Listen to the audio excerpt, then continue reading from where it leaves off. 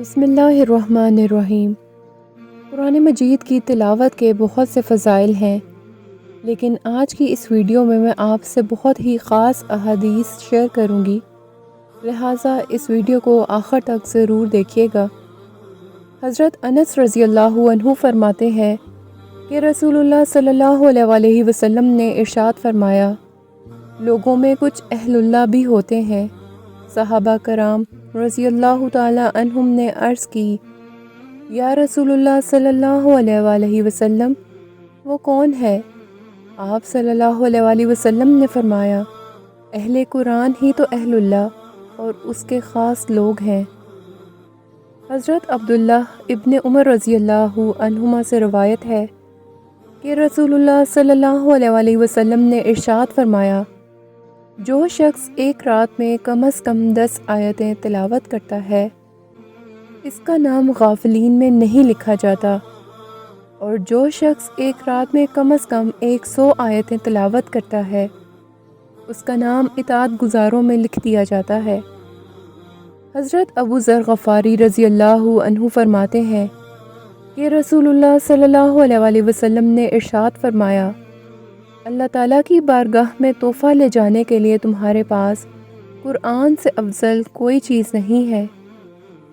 حضرت عبد الرحمن بن ابی لیلہ رضی اللہ عنہ سے مروی ہے کہ اسید بن حضیر رضی اللہ عنہ نے فرمایا، میں ایک مرتبہ رات کے وقت سورہ بقرہ کی تلاوت کر رہا تھا۔ جب میں سورہ کے آخر تک پہنچا تو اپنے پیچھے کسی چیز کی آواز سنی، تو میں یہ سمجھا کہ شاید میرا گھوڑا کھل گیا ہے۔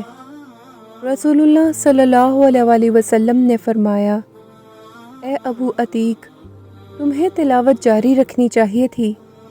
تو میں نے دیکھا کہ زمین اور آسمان کے درمیان شمعیں لٹک رہی تھیں۔ انہوں نے عرض کی، یا رسول اللہ صلی اللہ علیہ وسلم، تلاوت کو جاری رکھنے کی میری ہمت نہ تھی۔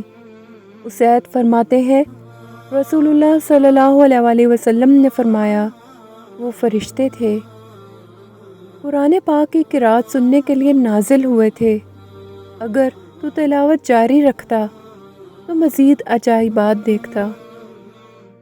حضرت عبداللہ بن عمرو رضی اللہ عنہ سے مروی ہے کہ نبی اکرم صلی اللہ علیہ وسلم نے ارشاد فرمایا، قیامت کے دن صاحب قرآن سے کہا جائے گا، قرآن کی تلاوت کرتا جا اور درجوں میں چڑھتا جا، اور جس طرح تو دنیا میں ٹھہر ٹھہر کر قرآن کریم پڑھتا تھا، اسی طرح پڑھ، کیونکہ جہاں تک تو آخری آیت کی تلاوت کے وقت پہنچے گا، وہی تیری منزل ہوگی۔ سبحان اللہ۔ ہمیں قرآن کریم کا کچھ نہ کچھ حصہ ضرور حفظ کرنا چاہیے، کیونکہ قیامت کے دن یہ درجات کی بلندی کا باعث ہوگا۔ اللہ تعالیٰ ہمیں قرآن پڑھنے اور اس پر عمل کرنے کی توفیق عطا فرمائے۔ اس پیغام کو صدقہ جاریہ کی نیت سے آگے ضرور پھیلائیں۔ جزاک اللہ۔